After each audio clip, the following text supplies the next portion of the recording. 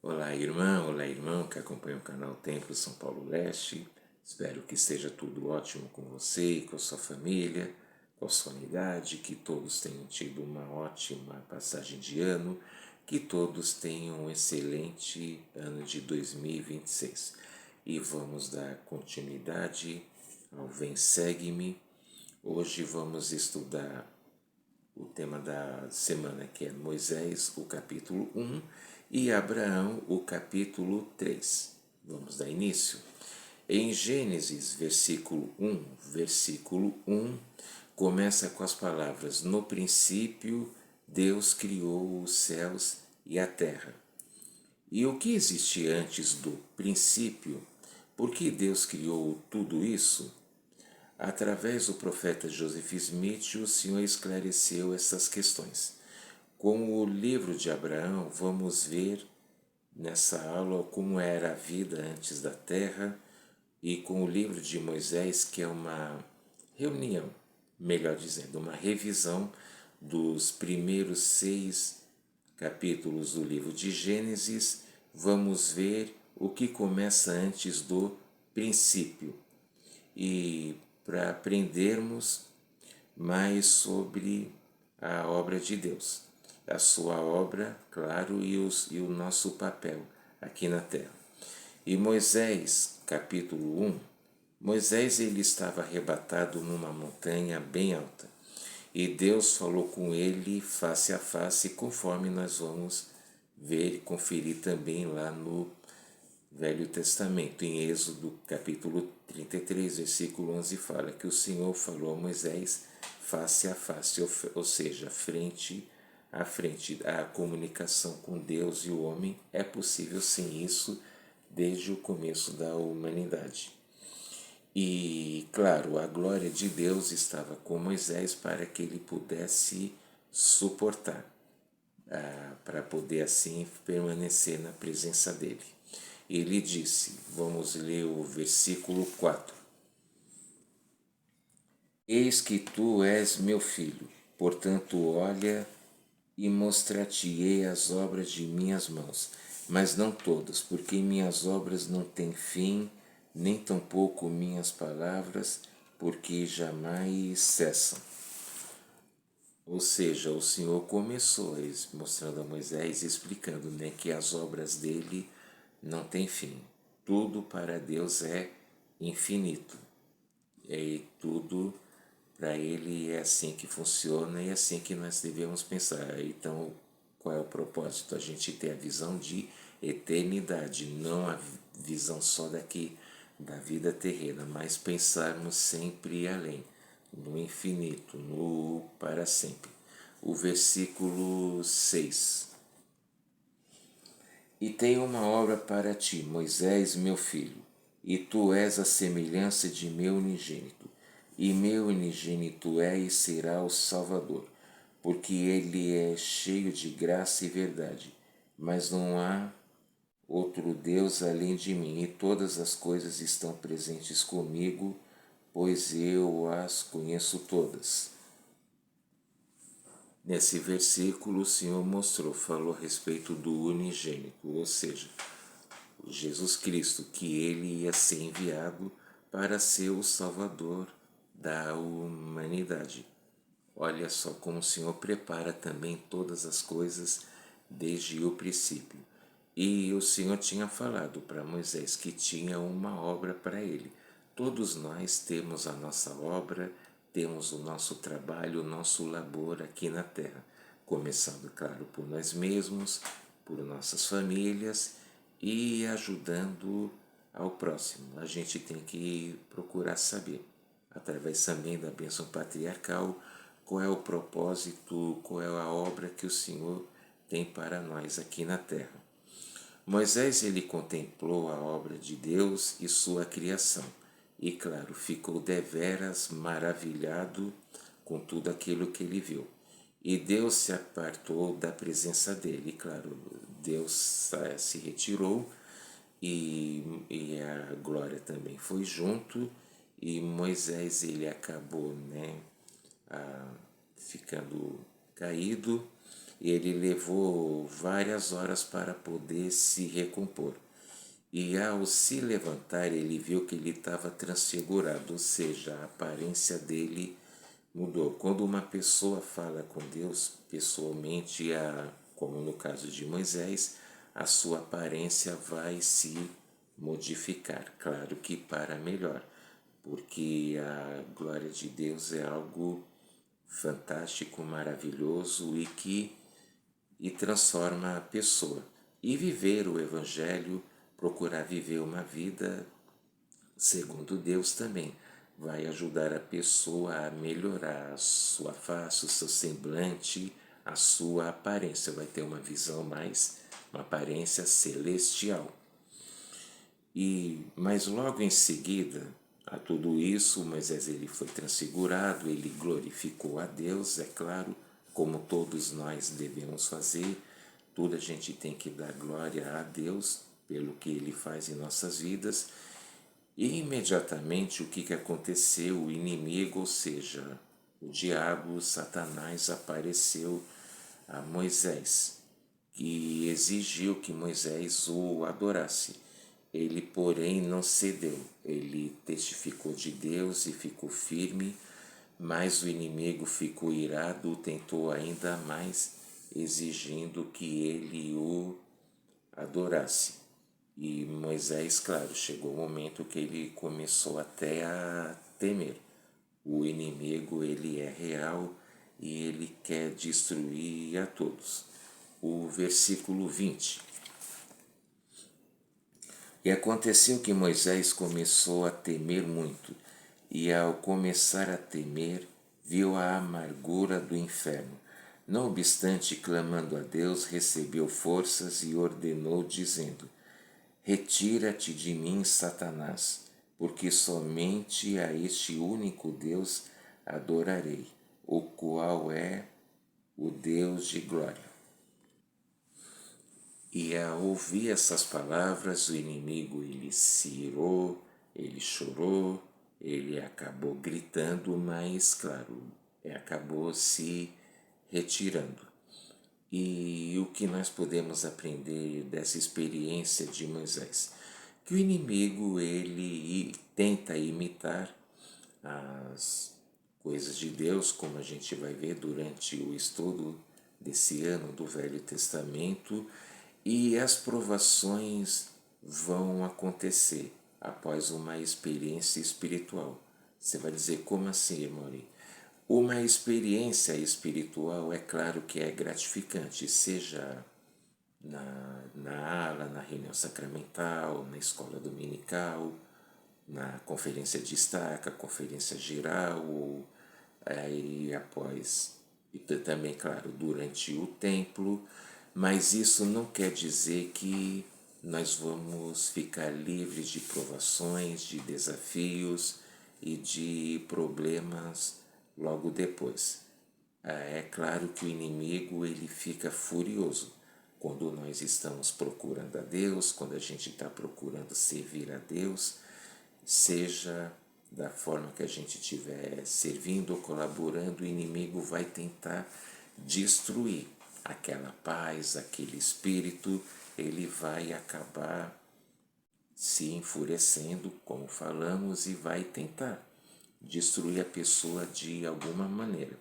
Eu já tive situações que eu, ao sair do templo, fui utilizar o transporte público e acabou, por exemplo, dentro de conduções, haver brigas, barulho, zoeira, pessoas falando palavrões ou falando coisas bem desagradáveis, problemas durante o caminho, enfim, uma provação, quer dizer, uma experiência espiritual não vai garantir ou isentar nós de termos provações ou desafios, mas a gente deve ser como Moisés, a gente deve permanecer firme, permanecer do lado do Senhor e procurar sempre fazer a obra dele, e a gente não deve ceder ao inimigo, a gente deve ficar realmente do lado do Senhor e pedir a Ele, Senhor, que nos dê forças para que a gente possa expulsar o inimigo em nossas vidas e procuramos ser dignos para que ele tema. Vamos lembrar sempre uma coisa: o inimigo, o diabo, na verdade, ele é um covarde. E ele também tenta acovardar as outras pessoas. Porém, se estamos ao lado do Pai Celestial, nós não precisamos temê-lo. Ele é que vai acabar temendo a gente, ok? E Moisés, após isso, ele voltou a olhar para os céus e, estando cheio do Espírito Santo, prestou testemunho do Pai e do Filho, e nos versículos seguintes ele recebeu as promessas que o Senhor tinha para ele, como mandar nas águas. Nós vamos ver que ele abriu o Mar Vermelho, pouco antes ele libertou o povo de Israel lá da escravidão do Egito, recebeu os 10 mandamentos, enfim, Moisés inquestionavelmente, mesmo nas religiões que não acreditam em Cristo, Moisés é sempre um nome muito respeitado, um nome muito admirado e, claro, um exemplo também a ser seguido, assim como os outros profetas que vamos estudar. E Moisés, ele gravou seu nome na história pelo seu exemplo de obediência, de dedicação e sua força incansável em trabalhar em prol da obra do Senhor. E o Senhor também mostrou muitas coisas, outros mundos que também foram criados, e o propósito de tudo isso, que o Moisés queria saber, mas por que tanta coisa? Qual é a função e objetivo de tudo isso? Vamos ler agora o versículo 39. Pois eis que esta é minha obra e minha glória, levar a efeito a imortalidade e vida eterna do homem.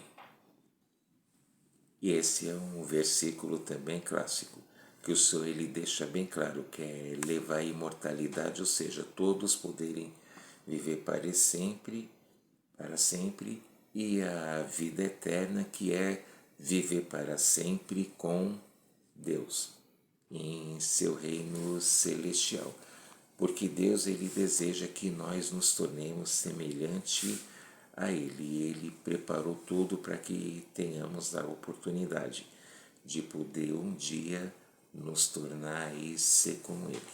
E você, como se sente a respeito da obra de Deus? Como você se admira, como você se... o que você testifica a respeito da obra dele? Deixe aí no seu comentário. E o Senhor também faz um alerta, versículo 41. E no dia em que os filhos dos homens menosprezarem minhas palavras e tirarem muitas delas do livro que escreverás, eis que levantarei outro semelhante a ti, e elas outra vez estarão ao alcance dos filhos dos homens entre todos os que crerem. O Senhor, ele sabia que verdades iam ser tiradas ou distorcidas da Bíblia, e por isso então ele nos preparou para hoje termos esse maravilhoso livro também de escrituras, que é a pérola de grande valor, para que a gente também possa ter certeza e confirmar as verdades que aprendemos na Bíblia Sagrada. Então tudo do Senhor já é feito desde o princípio. Lembra o ano passado em Doutrina e Convênios, quando a gente relembrou que o Senhor sabia que as placas que Joseph acabou perdendo e o que ia acontecer, mas o Senhor já tinha preparado o NEF para deixar tudo escrito para que nada fosse perdido. Olha só como é a obra do Senhor. Então, o que você achou dessa experiência de Moisés? Qual teria sido a sua reação se estivesse lá no lugar dele, ou se tivesse uma experiência semelhante? De arrepiar, não? Olha só quanta coisa, em um capítulo, quantas coisas a gente pôde ver, rever e aprender e reaprender, claro. O Evangelho realmente é maravilhoso e Deus ele quer o melhor para nós. Agora vamos para o livro de Abraão, que também foi um grande e extraordinário profeta, patriarca, e o que nós podemos aprender nesse livro de Abraão? Abraão começa no capítulo, ele mostra, né, que ele aprendeu sobre o sol, a lua, as estrelas, e ele conseguiu isso através do Urim e Tumim. E também ele comentou sobre a vida pré-mortal, a pré-ordenação, que é diferente de predestinação, e a criação e a escolha do Redentor, que é Cristo para ser o nosso Salvador. Vamos iniciar em Abraão, o capítulo 3, o versículo 3. E o Senhor disse-me: estas são as que regem o nome da grande Ecolobe, porque ela está próxima de mim, pois eu, Senhor teu Deus, coloquei esta para reger todas as que pertencem à mesma ordem daquela onde te encontras. Ou seja, falamos agora, Abraão ele viu as estrelas. Estudando um pouco de astronomia, a gente vê quantas estrelas existem, quantos planetas, enfim, e que a Terra ela é muito grande, mas no nosso sistema solar existem planetas que são bem maiores, o Sol é muito maior do que a Terra, é uma grande estrela, e aprendemos também que existem estrelas ainda bem maiores que deixam o Sol até pequenininho. Então, olha só, a infinidade de coisas, e Abraão, ele não viu nada através de... Ele não tinha telescópio, aparelhagem que tem agora. Ele viu tudo isso através do poder de Deus. A mesma coisa pode acontecer conosco. Podemos contemplar as grandes e maravilhosas criações do Pai Celestial. E aqui nesse versículo 13 ele falou de Colobe, que é a estrela que está mais próxima da morada de Deus o Pai. Quer conhecer essa estrela? Eu quero ir muito. Já pensou? Que maravilhosa ela deve ser, e a morada de Deus também. Maravilha, não é? E claro, Abraão ele acabou se maravilhando com tudo isso. E Abraão também ele viu o Senhor face a face, como vamos ver no versículo 11. Assim eu, Abraão, falei com o Senhor face a face, como um homem fala com outro, e ele falou-me das obras que suas mãos haviam feito. Assim como foi com Moisés, Abraão também, ele testificou que ele também viu Deus face a face, conversando pessoalmente, teve a mesma bênção. Olha que maravilha, nós vemos também que Abraão não se tornou um grande profeta e um grande patriarca por acaso. Vamos, é claro, vamos também estudar o seu exemplo de fé, seu exemplo de obediência. E nos versículos seguintes, não tem como lermos todo, mas você pode ler no seu estudo pessoal e em família. Os versículos seguintes explicam sobre a criação, a função de cada estrela e o propósito da vida. É muito interessante, é claro, antes de poder gravar eu estudo mais do que uma vez, para que eu possa poder entender, para que eu possa poder também, claro, reaprender e poder gravar o vídeo, mas a leitura sempre nos ajuda, aprendemos bastante coisa e a leitura das escrituras nos traz o Espírito. E sobre o propósito da vida, vamos agora ler o versículo 22. Ora, o Senhor mostrará a mim, Abraão, as inteligências que foram organizadas antes de o mundo existir, e entre todas essas havia muitas das nobres e grandes. Ou seja, tudo antes da Terra existir já tinha sido criado primeiro espiritualmente, e o Senhor mostrou a Abraão todas as inteligências ou coisas, ou seja, tudo que já havia sido criado desde antes da criação do mundo, não como a ciência fala que de repente teve uma explosão. Aliás, a ciência já criou tantas versões para a criação do mundo que pode ver que tem muita contradição. Sobre uns falam que a Terra tem 1 milhão de anos, outros falam que tem 15 bilhões de anos, mas a gente vê através do Evangelho que a verdade é uma só, que ela não muda, ela é a mesma ontem, hoje e para sempre. Versículo 23. E Deus viu que essas almas eram boas, e ele estava no meio delas e disse: A este farei meus governantes, pois ele se encontrava entre aqueles que eram espíritos, e viu que eles eram bons. E disse-me: Abraão, tu és um deles, foste escolhido antes de nasceres. Quando o Senhor está falando aqui desse versículo, os governantes, ele não está falando de imperadores, de reis, presidentes ou de líderes políticos, não. Ele está falando das pessoas que foram preparadas antes mesmo da criação do mundo e que cada pessoa nasceu na época em que ela deveria nascer, ou seja, pré-ordenação. No começo você deve estar, irmã, você falou que a pré-ordenação é diferente de predestinação. Qual é a diferença? A pré-ordenação, tudo foi designado pelo Senhor para a sua respectiva época.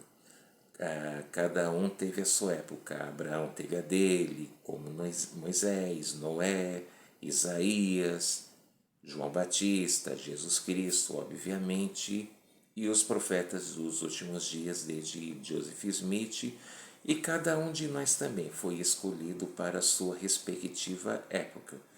E os governantes que ele está falando é isso, são os profetas, são os apóstolos, são os patriarcas, enfim, homens e mulheres dignas que ele escolheu para viver aqui nessa terra.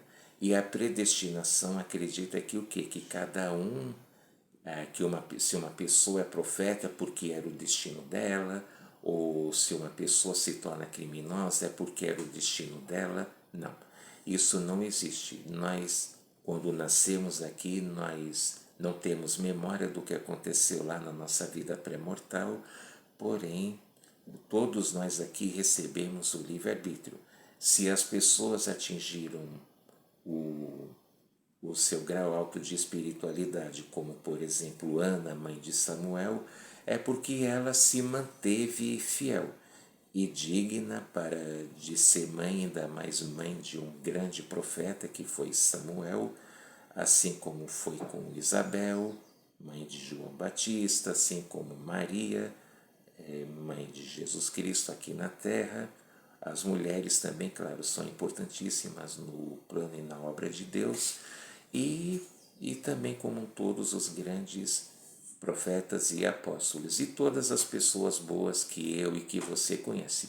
As pessoas não se tornam boas ou ruins porque era o destino delas, mas sim porque elas fizeram boas escolhas, assim se tornaram bons, assim como as pessoas que cometem erros é porque elas fizeram escolhas erradas ou equivocadas, certo?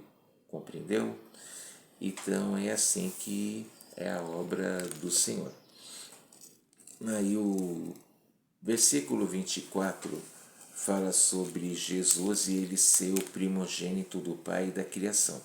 Ou seja, Jesus ele é o primogênito porque ele é o primeiro. Ele é o filho mais velho de Deus. E unigênito porque ele era o único que poderia ser o nosso Salvador e Redentor aqui na terra.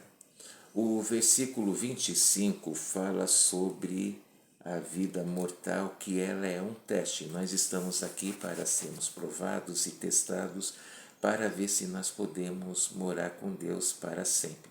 em seu reino celestial. Então, todas as provas, desafios que temos, geralmente são um teste da fé.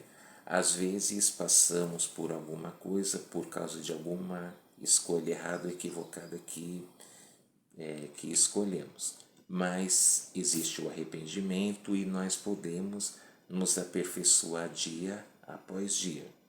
Mesmo, como eu sempre falo, mesmo que a gente não tenha uma transformação, uma mudança de hábito assim tão drástica como foi a conversão de Paulo o apóstolo, mas podemos nos aproximar de Deus dia após dia e minuto a cada minuto.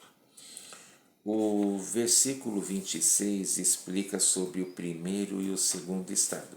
O primeiro estado nosso foi a nossa vida pré-mortal, ou seja, a vida antes aqui da terra, onde nós morávamos lá na presença de Deus, e a gente sabe, houve a batalha dos céus, então teve as pessoas que decidiram ficar do lado de Jesus e teve aquelas que decidiram ficar do lado de Lúcifer, que se tornou o diabo, e foram expulsos lá do céu.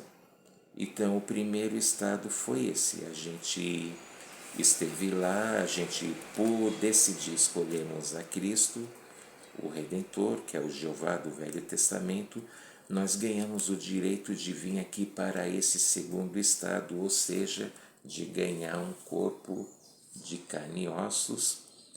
E aqueles que decidiram ficar do lado de Lúcifer, eles foram expulsos, eles não ganharam o direito de receber um corpo mortal, ou seja, de ter um corpo de carne e osso. Então nós já vencemos o primeiro estado lá na vida pré-mortal, por isso ganhamos o segundo estado, que é vir aqui para essa terra, e a gente deve guardar esse nosso segundo estado para podermos voltar à presença de Deus.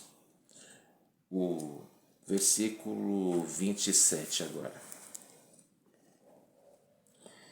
E o Senhor disse: Quem enviarei? E um semelhante ao Filho do Homem respondeu: Envia-me. E outro respondeu e disse: Eis-me aqui, envia-me.